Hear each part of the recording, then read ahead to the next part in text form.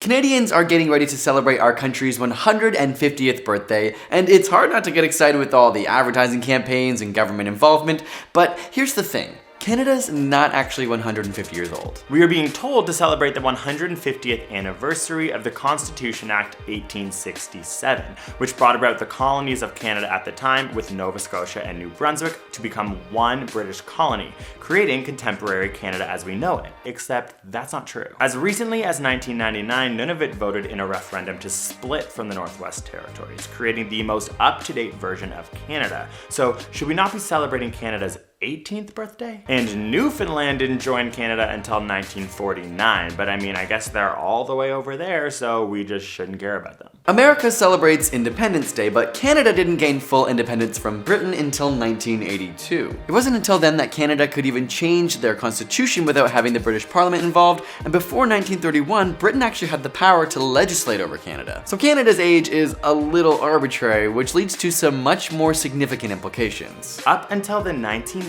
the Canadian government and Christian churches operated residential school systems for Aboriginal children. The idea for the schools was to force the Aboriginal people to assimilate into the Canadian mainstream. The idea was to eliminate parental and community involvement in the children's lives, and the schools were designed to stunt cultural, intellectual, and spiritual growth within the children. It's even been reported that 6,000 Indigenous children died in residential schools. By definition, a physical genocide is the killing of a targeted group.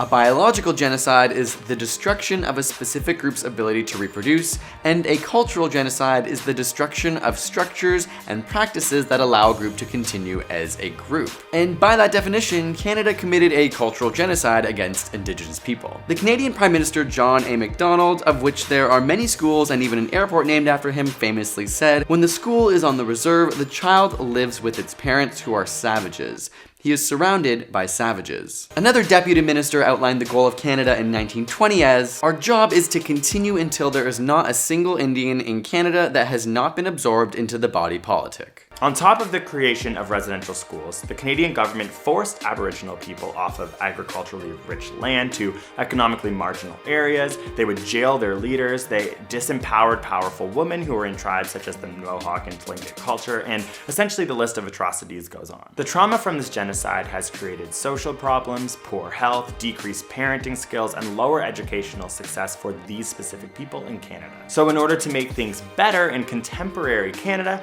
the government created the Truth and Reconciliation Commission of Canada. This commission was created in June of 2008 with the intent to educate the Canadian population about the complex history of residential schools and the oppression of the Indigenous people in this country in order to find the truth and healing process for everyone. There's nothing wrong with celebrating your own country, and I'm an extremely proud Canadian, but one of the things that makes me most proud is our ability to accept, understand, and respect others. Canada is not 150 years old, and the 150 represents the colonial trauma that we're all supposed to be acknowledging as Canadians. Why not give voices and celebration to the people who have been historically oppressed on this land, instead of trying to silence their history once again? Indigenous activists have created ways to keep this discussion alive as we move forward towards the celebration on July 1st. Some groups have opted to call it Canada 150+. Others have started the hashtag #resist150. So if you agree with these statements, join the conversation. At the end of the day, this is a conversation that we should be having all the time, and this is a very important time in particular to be having it. Thanks for watching, and we'll see you next week.